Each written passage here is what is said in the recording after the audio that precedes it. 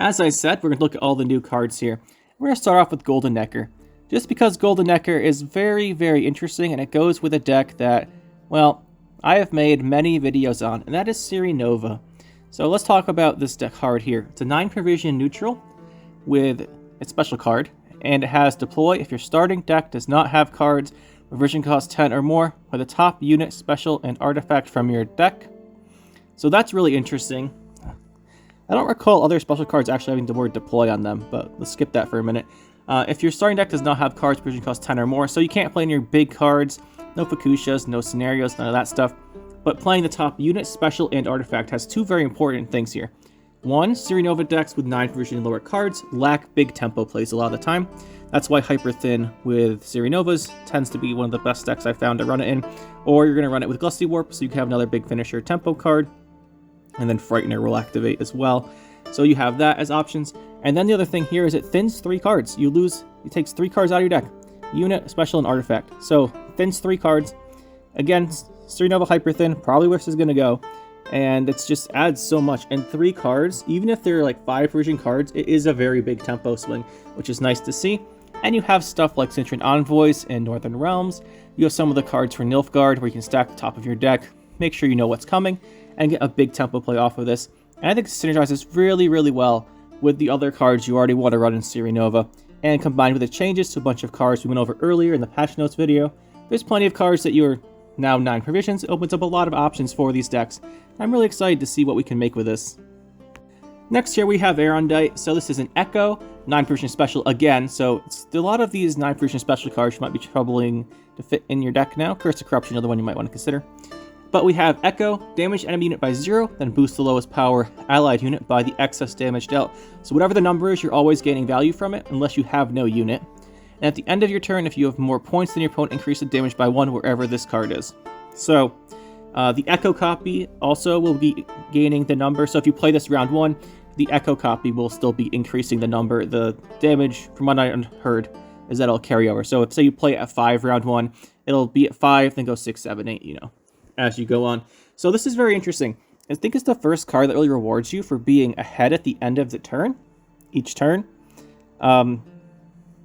Ragus, the newer Ragus, gives you, increases his base power if there's bleeding at the end of the turn, but doesn't rely on you being ahead. But this is potentially very strong. Obviously, it's not going to be super good round 1, but as a round 2 and 3 card, this has tons of value. I can really see this being used in Nilfgaard. They already benefit from Assimilate, and their round 1 with Blightmakers and such have very, very strong tempo, so they tend to be ahead there. And I think this will be really good in those type of decks, and I'm quite curious to try this one out.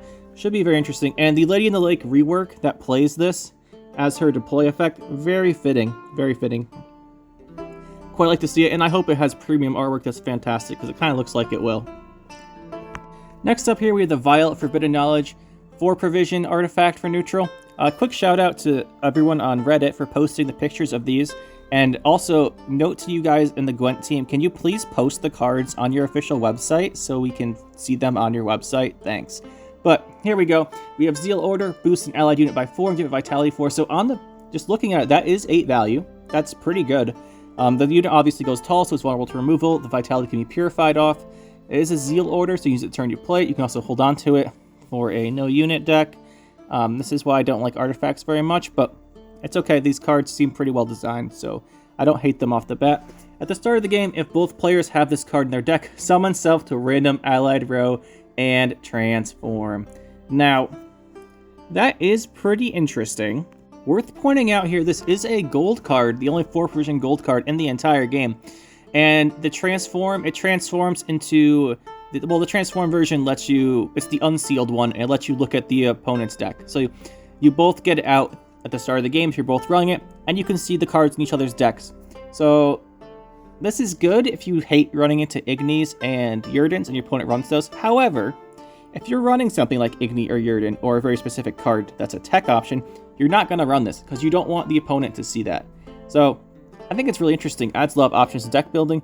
If you don't have any surprise tech cards, you're playing like a pretty standard list, you probably just run this for the 8 value, and then if you have the option of getting the look effect. Pretty interesting. I'm actually really excited about this one. It is a gold card, so you won't be seeing too many of it. Well, you might, because it's 8 for 4 is fantastic value. And the Zeal Order lets you protect an engine. So I expect to see this you can use to protect some engines. Because usually stuff with Zeal Order artifacts don't have that much value to them. Like the Petrie's Philither or whatever don't have that much value. But this one does. I'm quite excited to see how it works out. And maybe we can make something work with it. Next up here we have Ring of Favor. And I feel like everyone's going to... Well, we'll talk about it first. 8 Provision Special. Neutral, this card starts in your hand right off the bat. This is something I dislike in cards, but we'll see how it's implemented here. It seemed okay with Torque because you need the Devotion, but I just don't like the mechanic in general, but that's just me. So boost an allied unit by 4. That's a very weak effect for 8 provisions, but while in hand at the end of your turn, increase the boost by 2. When the opponent passes, banish self from your hand and draw a card. Move the top of your deck, banish self. So this is a risky card. You could lose 8 provisions by never doing anything, and you can only use this round 1. You have to use it round 1 before the opponent passes. So but if that's the case, if you wait to it's the 9th card in round 1, it'll boost by 20. Wow. 20 is a huge amount of boost. But the thing to talk about here is that you need to be playing a deck where you know the opponent's not going to randomly pass round 1. So they just randomly stop playing round 1, you lose this card, and you lose 8 provisions for nothing. And it banishes it from your hand, but you do draw a replacement card, but you still don't want that happening. However, there is one deck in the game that the opponent will always keep playing round 1 against, and they won't pass. And one deck in the game that needs a tempo card round 1 to make sure it wins round 1 to get a strategy for round 2. And if you don't know what deck I'm talking about, it's Mill. So this card always starts in your hand. This is consistency for Mill. The opponent will not pass round 1 versus Mill. So you know you'll be able to play this at the time of your choosing without them passing first. Mill lacks tempo because you're playing the banish guys off the top of your deck. You're doing like a 4-point Kingslayer, banish a card. This plays for like 20 or 22. It solves a whole bunch of problems Mill has. And I foresee this card being a staple of pretty much every Mill deck in the game moving forward. But, so in that case, people might not like it. But I think the design's actually pretty interesting, even though it starts in your hand. And this just seems to be a Mill card. To me, this seems like a Mill card. I'm not sure what else. Maybe there's maybe the Keltelis decks play this because you want to win round 1 there, and you want to boost your own guys up so they're really tall. Maybe you play it there, but more people might be more likely to pass there. It depends if they have movement, purifies, heat waves. It depends, but I really expect to see this in every Mill deck going forward. But other than that, it is a very, very interesting card design. And having it in your deck means that round 1 you potentially have a really big play. And I think that's pretty interesting. I'm not looking forward to seeing it in every Mill deck in existence for the rest of my life. Next up then, we have Rune Mage, a neutral for power 10 provision human mage. Deploy for the rest of the game. Your create effects show you 5 options instead of 3. Create and play a runestone. So, right off the bat, it creates and plays a runestone. The runestones are all the 5 provision specials that create a random unit from said faction. The fact that he creates and plays a runestone lets me think that you will be able to see, and he says 5 on his deploy, so you will get that 5 options. So you see 5 different runestones to pick from. So you pick a faction, essentially all but one faction of the runestones, and you see all those, and you pick whichever one you want to create a unit from. So let's just say that's probably worth 5 points, 6 points on that random unit. You make, say it's 6, he plays for 10 for 10. That's good, and he has the lingering effect of your create effect showing you 5 options. Now, there are some times where this is much better than others. I really foresee this being played a lot in Uma's Curse decks. In case you guys haven't seen it, you know the deck with Vilgefortz Renegade where they spam out Mushy Truffles? You can do that with Uma's Curse instead, and then just have a lot of fun with this, and making a bunch of random gold cards. Much more engaging than watching them play 5 Mushy Truffles on you. But other than that, there are decks that actually utilize create. Nilfgaard in particular, you create stuff a lot in Nilfgaard. Maybe you run Rune Mage in Nilfgaard and try and do that and have some fun with it. But this is a very strong option. 5 options instead of 3 is a huge increase. In particular, though, I will point out here that Shoop creates exactly 5 options. So you can pick whichever Shoop you want when you use this. I'm pretty sure Shoop hits create. And once you see that, you can see all the options Shoop has. and all of a sudden you can pick whichever one you need. So you'll always be able to pick that resilience, you'll always be able to pick that destroy lowest unit, you'll always be able to pick that 13 damage, always be able to pick that destroyed artifact on your Shoop. So that's a very interesting thing to point out. Definitely gonna be seeing him in those decks. And yeah, I just think it's a really neat card, and it supports a lot of create decks. Create cards have a lot more RNG than regular cards most of the time, and they tend to either be very, very, very strong when the pool of cards to create is small. Look at Bountiful Harvest before its nerf, for example. Or they create from such a wide variety of units that they're not very good, and that's where this really helps out, and this is the problem that most of the runestones have. So I think it's really neat, and I think we'll be seeing some of this card in the future, especially in the Shoop decks, especially Nilfgaard Shoop. One last thing note here, what I said about Nilfgaard is, keep in mind that Double Cross, if they've played this Double Cross, look at your last 5 cards and pick one. They did Double Cross to get a 1 provision nerf, but that's definitely not going to stop it. If this card's actually good, it'll be in Double Cross. And Double Cross, look at the last 5 cards of your hand, and it's even more annoying than before. Bribery too, so Nilfgaard with Create is definitely, I think, where this play is going to have a place. And we might learn to hate it, we might not. We'll just have to see how many people use it for stuff like that, and how many people use it for fun decks. Next up here, we have one of the most interesting cards I've ever seen in the game. So it's Mysterious Puzzle Box. It's a 5 provision artifact gold neutral card. And I'll explain this one a bit, because the card's a little funky how it's texted here, and it might be a little confusing, so I'll explain it here. We have Disloyal, deploy, spawn a 7-power Djinn on the opposite row, and choose a card from your hand. So you play it, it goes over the opponent's field, and you get yourself a 7-power Djinn. That's fine, 7 for 5 is okay, and then you choose a card in your hand. This is where it gets interesting. So now the Adrenaline doesn't let you do the choose card, it just destroys itself instead, that's fine. So now you have Order. Now this is for the opponent. The opponent has this. Order, pick a card from your hand. Now as far as I understand, this text is a little bit messed up. The at the end of your turn effect here should be a new line, and it has nothing to do with the order. So, just the opponent now has the ability during their turn to order pick a card from the hand. They can also not do that. So, at the end of your turn, this will be the person who controls the Mysterious Puzzle Box, so your opponent.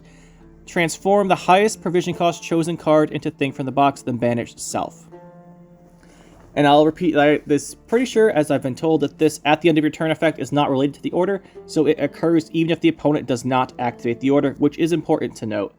So, on face value, you get a 7-power Djinn, you pick a card in your hand, the opponent, if they use the order, picks a card in their hand. Whoever picked the higher provision cost unit gets it transformed into thing from the box.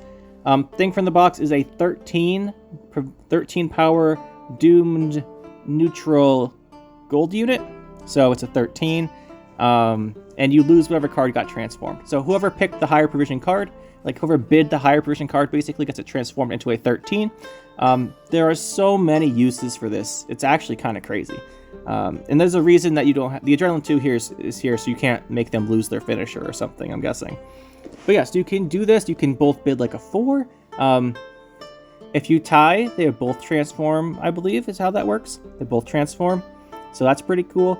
And yeah, this is just really interesting. There's so many mind games you can do with this, so many uses. You can bid like a low card, like a 5, and hope that they don't want to use anything. You can do a whole bunch of stuff. If you're Skellege, you can bid like a 4, and then they play the token and you him it after you damage it with 1. Something like that. You can give them the token if you're in Nilfgaard. Play Shillard. Know your Shillard's getting 12 value. That's pretty cool. And there's so many ways you can use this. It's just fascinating. And I can't wait to see this card used. It'll be a lot of fun. That is for sure. Now we have the Troll Porter. On face value, slightly simpler. Application, nearly as interesting. So it's a 6 for 6 neutral unit. Ogroid. And we have deploy melee, banish all cards in your hand, and draw as many cards.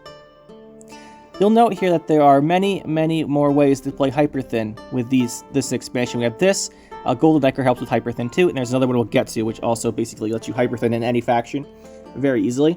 So Troll Porter here. Do you want to banish all the cards in your hand? That depends. You probably want to have a few cards left in your hand when you do this, not your entire hand. So maybe near the end of round 1, you got a few bronzes you don't want. Maybe around 2, kind of like when you just throw it on a maxi. Like you're bleeding with maxi and don't have many cards in your hand, you just play it. Organize top of your deck, maybe do that with Troll Porter. Banish cards you don't want in your hand. So many uses. There's so many uses. Also, I will point out here that if you want to be a, I'll be nice. If you want to be a Colgrim player and banish your entire hand at the start of turn 1, I mean, you're that 9-card deck differential. You can go for that 2-0 Colgrim play if you want to go that way. You can. That's one use for it. But yeah, it's really interesting. There's a lot of uses for this card, and I expect to see them explored. Very interesting. Now we have a card I think might be a little more controversial. The Arcane Tome. So it's a 6-provision gold artifact. So cards that play artifacts, our good old Avalok Sage here, with all these gold artifacts, might get some play. But it's a 6-provision or neutral artifact, gold, and it has Zeal Order. Play a special card from your deck, then move self to the opposite row. If there is no space on the opposite row, destroy self. So cooldown 1, in turn, if not on cooldown, destroy self. Now, this is kind of weird, but also really, really interesting. Basically, what's going to happen with this card is you're going to use it. You're going to use the Zeal Order to play a special card from your deck, and then it's going to move to the opposite row. And if there's no space in the opposite row, it's going to destroy itself. Got the cooldown 1, and then it's got the end of the turn, not on cooldown, destroy itself. What happens here is you're going to use it to play a special card. It's going to go to your opponent. If the opponent can then use it to play a special card of their own, give it back to you. If they choose not to use the order, the cooldown it won't be on cooldown and it'll be destroyed. So you can either both be using this, or it blows itself up, which is really neat. The interesting thing here is with Barification. If you pull Barification with the Zeal Order, it depends how the interaction works. If it works as it should, it says play a special card from your deck, then move self to the opposite row. So it depends on the interaction is. I'm not going to speculate because the interactions they're not always perfect. So we'll wait and see exactly how that works. I haven't heard any specific information on that one quite yet. If you guys know for sure, let me know. I've seen people guessing, but if you guys know exactly how this works, like someone said it definitively, let me know. But this seems pretty cool. You can use it with thinning. You can use this with, if you're in, Scoia tael, you can try and use it with Serpent Trap. That might be pretty fun. You're gonna get sometimes Serpent Trap just doesn't go off, right? Because they don't have a special card. You can give this to them, try and get them to use it. If you're playing Mill, you can be a jerk and just let them thin their deck for themselves, and then they lose because you help them thin their deck more. They might not do that, but interesting card for sure. It's only 6 provisions, so if it doesn't do too much for you, and only tutors out 1 card, by the way, if you can play any special card from your deck. So this is just on face value. It's 4 provisions less than Land of 1,000 Fables to play a special card from your deck. So, I mean, that's not bad. And any special card from your deck's not bad at all. If the opponent's playing them as well, it's kind of neutral, but I imagine you're the one getting more value out of this if you're playing this in your deck. I just dislike it. It seems like it's a no-unit deck card, and I don't like those. Now with the Ornate Censer. Sorry this video is going to be pretty long, guys, but there's a lot to talk about with these cards. They have a lot more thought behind them and a lot of more options than most of the cards we get typically. So let's take a look at this Ornate Censer. 8 provision special, neutral. Swap the power of the highest and lowest power unit on the battlefield. Now this is a card that, this is going to make some highlights. Now there's a couple things here to point out immediately. It is neutral, so you need to play non-devotion. Highest and lowest power unit can backfire and give your opponent the power of your unit. But ideally, you're going to play this when the opponent, like the meta's tall, and you play this, and then their unit they have like a 10. Well, let's just use the example of that you gave them the thing in the box. They have the 13. So they've got that token, they play that token. Your biggest guy's a 5. You play this, you take 8 from them, you give yourself 8. It's a 16-point swing. It's massive, kind of like Evil Eye, except not targeted, and no adrenaline. And I can really see this being played in Swarm decks. Not Congregate, because you have Fallen Knights and they get really tall, but in Araka Swarm, or maybe Deadeyes would play this. Deadeyes I'm not so sure about because their deck's already so good. But Araka Swarm might want to play this. They have a bunch of 1s. Their biggest thing's probably Chimera. So you can use this pretty effectively if the opponent goes tall. A very interesting card, one that will depend a lot on the meta, I think. Alright, that was the last of the neutrals. So let's go into Northern Realms here. Traveling Priestess. It's a 3 power for 4 provisions. Human Cleric. Is this the first Cleric that's not in Syndicate? It might be. I don't think that has anything. Doesn't matter, but... Veil, so can't be locked. Deploy gains 0 charges. Whenever it's put back in your deck, increase the number of charges by 3. Zeal Order boosts an allied unit by 1, starts with 0 charges. So you play this, and if you play this round 1, it's worth 3. That's bad. However, this is a bronze card that gets better the later the game goes on. When do you put stuff back in your deck? When you mulligan. So if you shuffle this back in your deck when you mulligan, you gain 3 charges. If it has 3 charges, it's a Veil with 3 charges of +1. That's okay. I wouldn't be excited about that. But it has a higher side than that. Because you can put it back into your deck multiple times, right? You can mulligan round 1, you can mulligan round 2, you can mulligan round 3, then play it. You can snowdrop it, not that you'd probably be doing that. You can E-shred it. E-shred shuffles back into your draws and put stuff back into your deck. You can do that. So there's a bunch of ways to do this, and maybe it's good enough. I'm just not thinking that. Maybe it is. We'll see. This one's interesting. I'm not too sure how this one will play out, but it certainly is possible. And if you shuffle it back in round 1, round 2, then you E-shred it. It's got 9 charges. That's 12 for 4. That's a card. You still have to play it though. You still have to play it. But yeah, it could be very impactful, especially as a bronze finisher off of Amphibious Assault is where I think it'll be best. So you just shuffle it back into your deck 3 times, because usually the biggest finisher you have with Amphibious Assault is Carrack Marine. Plays for 7 and it gets the +5 boost, so it's a 12, right? It's pretty big. If you pull this out with Amphibious Assault round 3 after shuffling it back in 3 times, it's a 12 with a 5 boost from Amphibious Assault. And so that might be a way to use it. I think it has potential for sure. It's pretty cool. The other Northern Realms card will be this here, Muta Generator. Another gold card, 6 provision artifact. Whenever you play a unit on your melee row, boost 5 units on your side of the battlefield the same provision cost by 1. When you play a unit on your ranged row, boost 5 units in your deck the same provision cost by 1. I'm just going to point out here that if you open with this and you trigger its ranged ability every turn, round 1, you're getting 45 points of boost in your deck. 45. Absurd. This has to be answered. Like, in carryover decks, you cannot let this live. You just can't. That's too much value. They have to be the same provision cost, though. But you remember, Northern Realms plays a lot of 4 provision cards. So, I'm questioning. It's a gold, and it's an artifact, so it's hard to always get out. Northern Realms like Devotion, so you're not going to run a tutor for it, but its potential is just so incredibly high. I'm not sure what to think about this one. The melee effect, boosting 5 units on your side of the field, the same provision cost by 1's pretty cool, but it just depends where you are in the game, right? If you're round 3, obviously the boosting the deck round 1's the strongest effect for it by far. It's crazy. I mean, just imagine you go round 1, they play this, you see, oh, I can't let that go, so you play 3 cards and pass, they still got 15 boosts in their deck, and they just play 3 cards ranged. That being said, that requires an incredible number of units with the same provision cost, so that is a severe limitation, because I said you can boost everything in your deck 9 times, potentially at 45, that is true, but that requires you to play 9 of the same, well, they don't have to be the same, but say you have to play like 4 provisions and 5 provisions and have 5 times that in your deck, right? Or another 5 of each in your deck.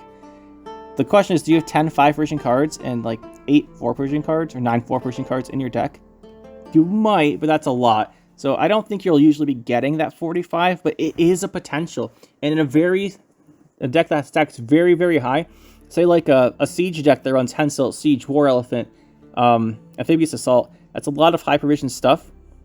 And then you end up with a lot of 4 and 5 provision cards. Maybe you play this there, and your engines all get boosted up quite a bit. But you don't even need that many boosts. Even 10 points of carryover is incredible. You don't have to do it twice. I'm not sure about this one. We'll have to see. It might become too much of a limitation to have that many bronze cards in your deck.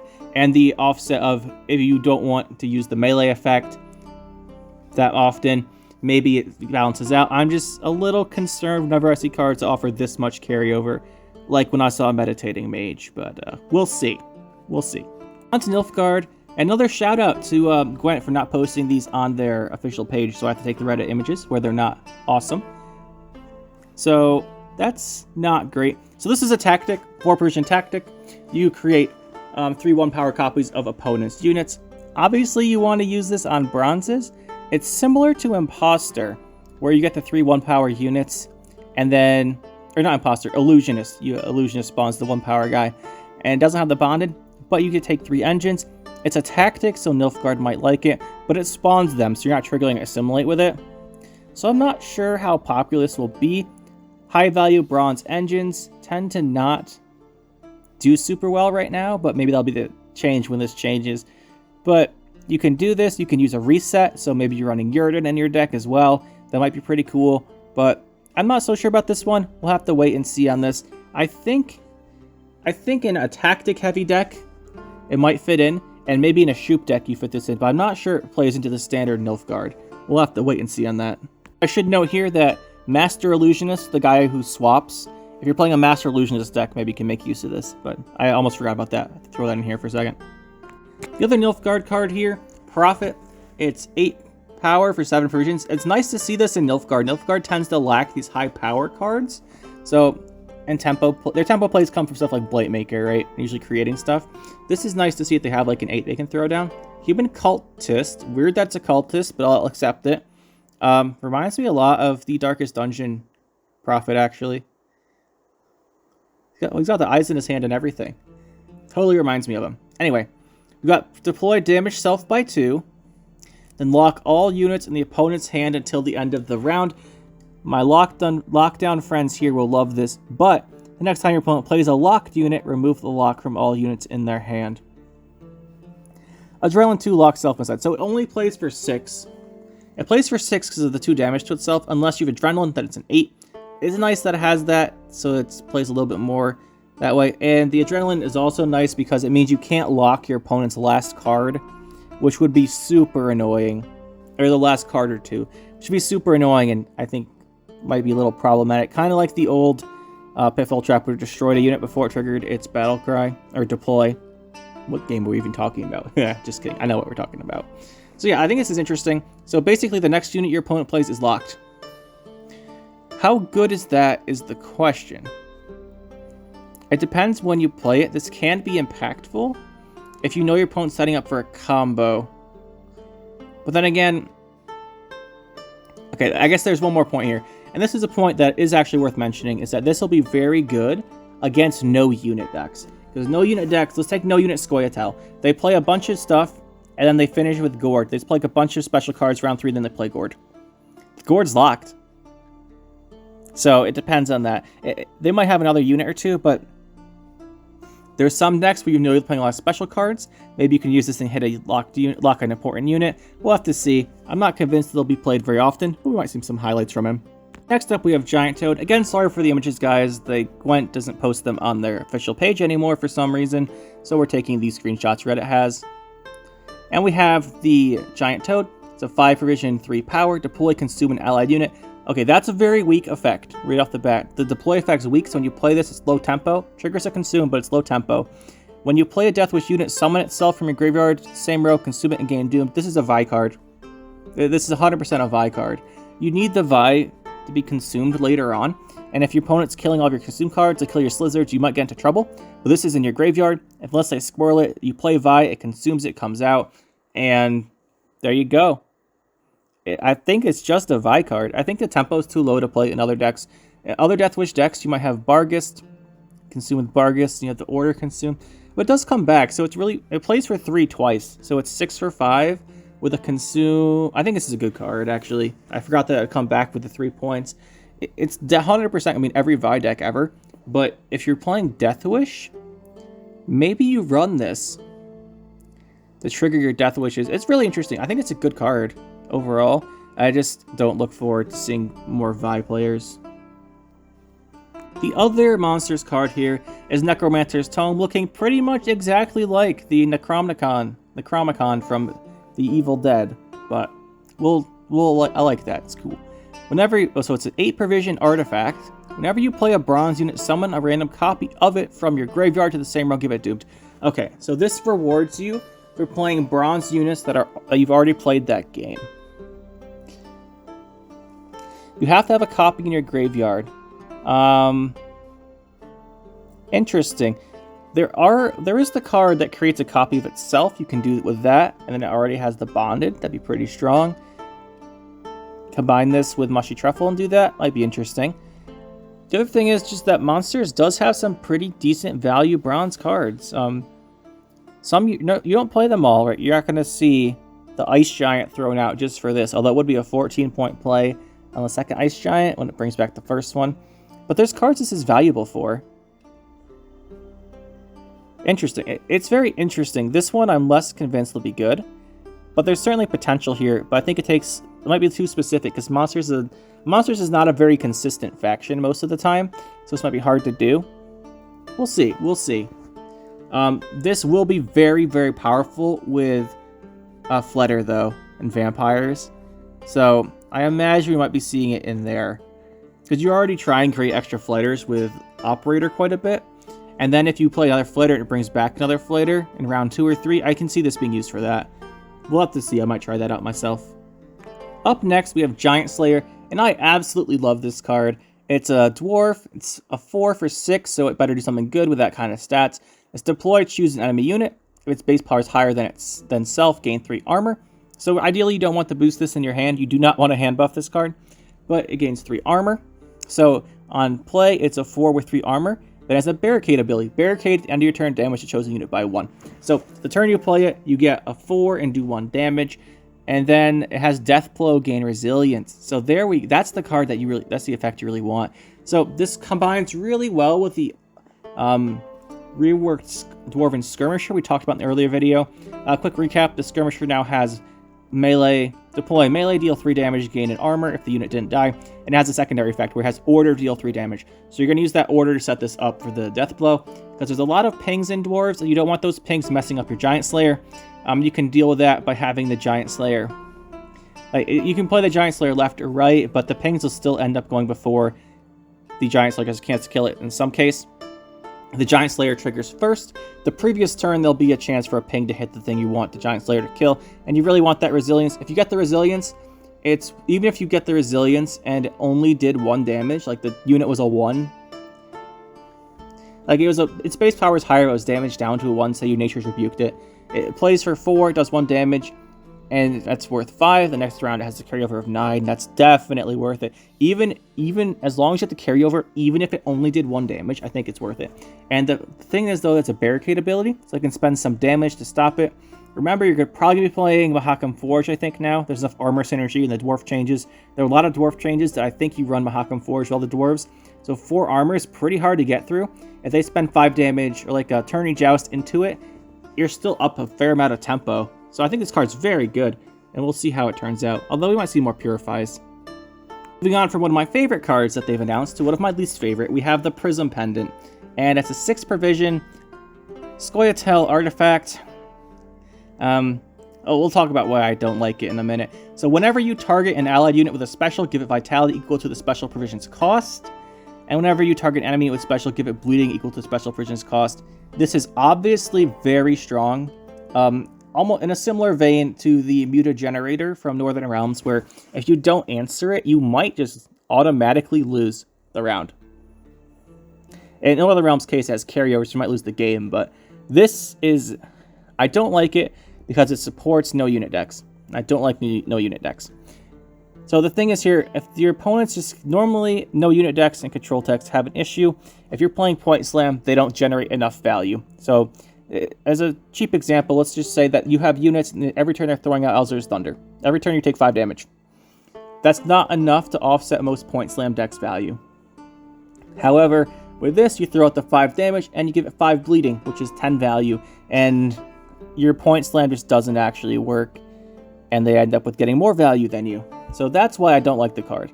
The other thing is the Vitality effect is very interesting, and it is worth tons and tons of value. Obviously, each unit gets tall, and Yurden would punish this very hard, so you gotta watch out for that. And the new card, the one that swaps the highest and lowest power unit, watch out for that with this guy. That's probably gonna hit you if you're doing it, but it obviously has a lot of potential value. just know that when you're targeting something with your own special card, it's like 99% of the time going to be boosting it. So you play your Mahakam, what's the one that gets 5 boosts and 2 armor, and then you get 4 vitality on top. That's really tall. And for Dryad's Caress, you're going to get extra vitality. It might be too much vitality for the boosts. I kind of see this being a no unit card, and that's why I don't like it, but we'll have to see. On to Skellege, we have Magic Compass, and this one is equally as interesting. It's another Echo card. So Skellege has another Echo card. Look at the top 3 cards of your deck. I should mention it's an 8 provision special.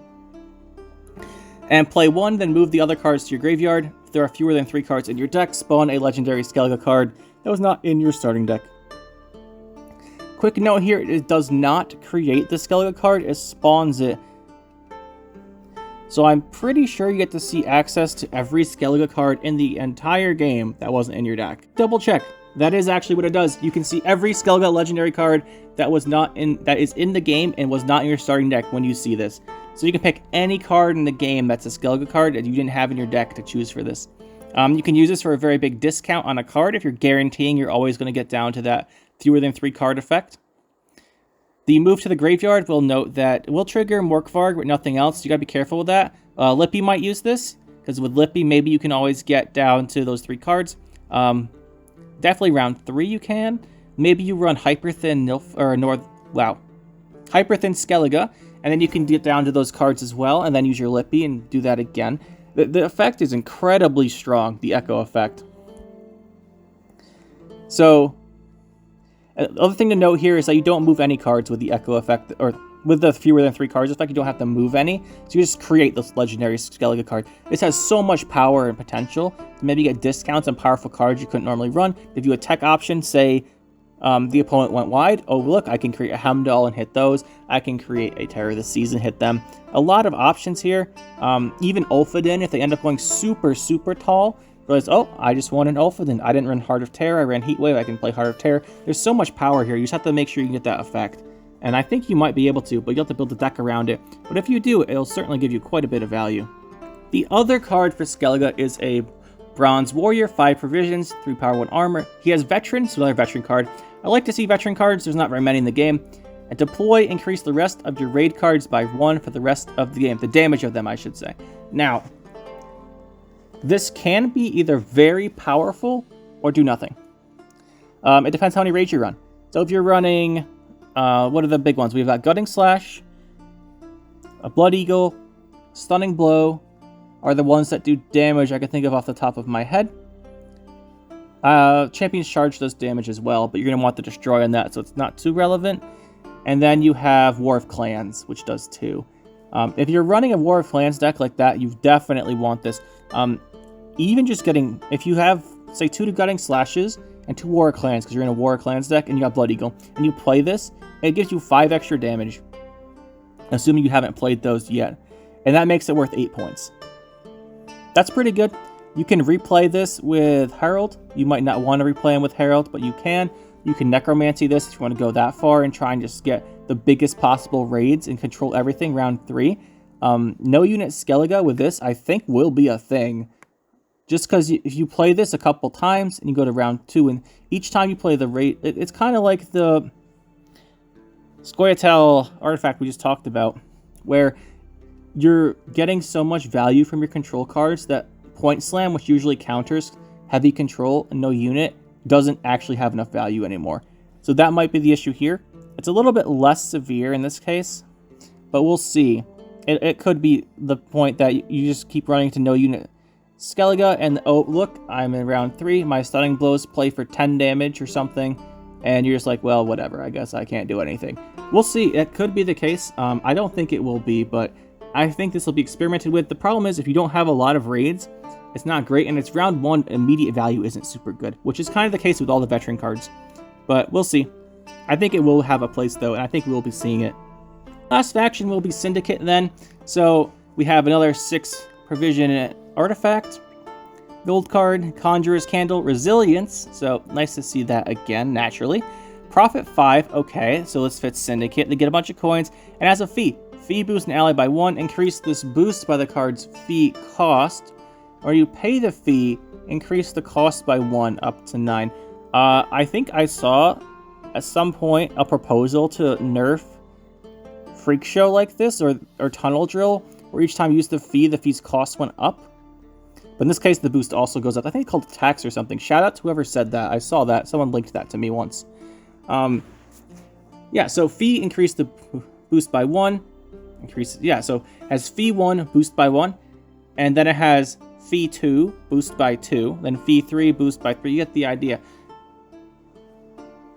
So yeah, that seems like it's a resilience fee that's not a unit, so it should always be there as an option for you.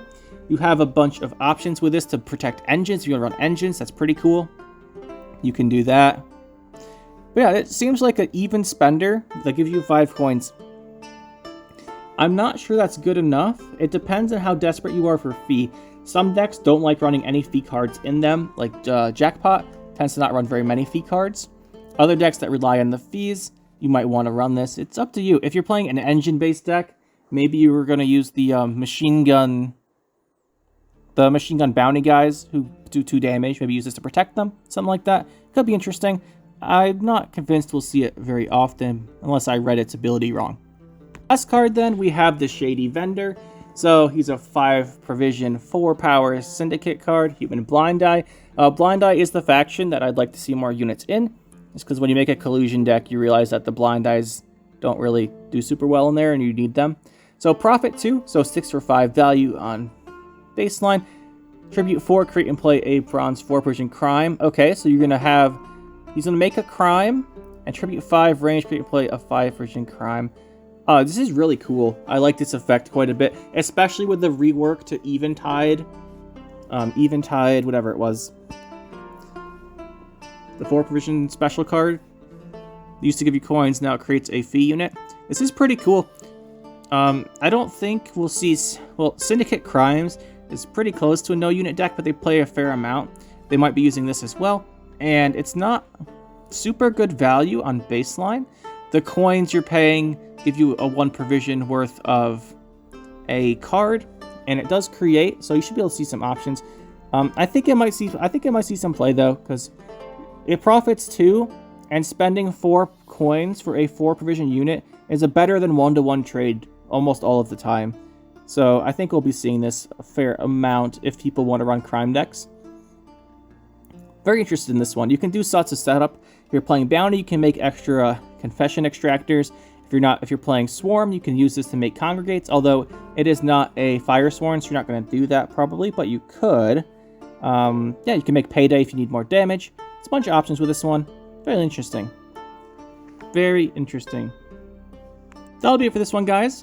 What do you think about the new cards? Anything you're very excited about? I hadn't actually looked at them before this, other than just to take their pictures into the video. That's all I saw them with. I didn't think about them too much. So this is basically my first impressions of the card and my analysis at the same time.